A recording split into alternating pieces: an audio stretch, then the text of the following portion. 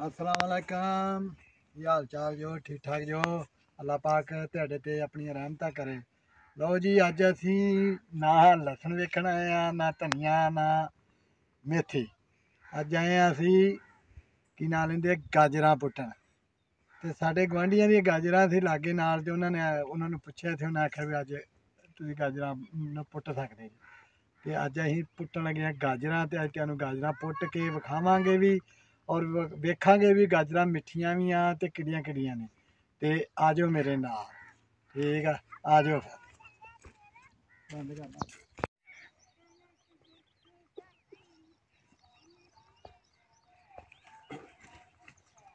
लो जी, असी गाजरां वाली जगह ते गए हैं पहुँच। ए वेखो गाजरां ने, इनू आपां पुट्टना वा, नाले वेखणियां ने भी किन्नियां क मोटियां विचों निकलदियां ने जां किन्नियां क मिठियां ने।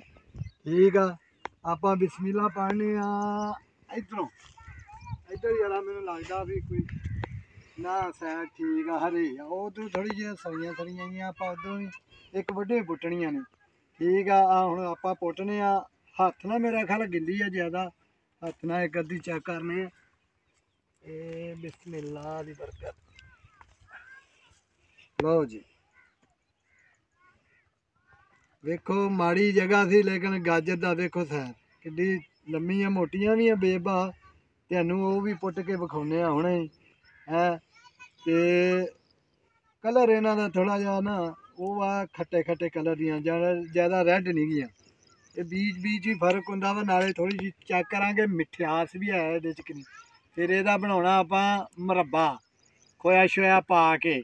ठीक आ, घर दियां गाजरां ने, आपां मुल कोई नहीं लईआं, ना इहनूं कोई खाद शाद पाई आ, कुदरती तौर ते उग्गियां यानी कि बीजियां ने, पानी दे सिर ते होईआं ने है। होर पुट्टने आ, पुट्ट के ते नाले एक अद्धी कोई चेक करके थोड़ी जी वेखने आ भी मिट्ठी भी है कि नहीं। ते हुण असीं पुट्टने आ, पुट्ट के फिर तुहानूं विखाउने किन्नियां निकलियां ने ते एह् मिट्ठी किन्नी क जां वड्डियां किन्नियां किन्नियां। ठीक है, ते हुण करदे गाजरां लईआं आपां पुट्ट। गाजरां जड़ियां ने बेहतरीन गाजरां ने, बिच माड़ियां भी आईयां ने लेकिन ना ज़्यादातर आ ही गाजरां आईयां ने। खा के चेक भी कीती आ, मिट्ठियां गाजरां ने।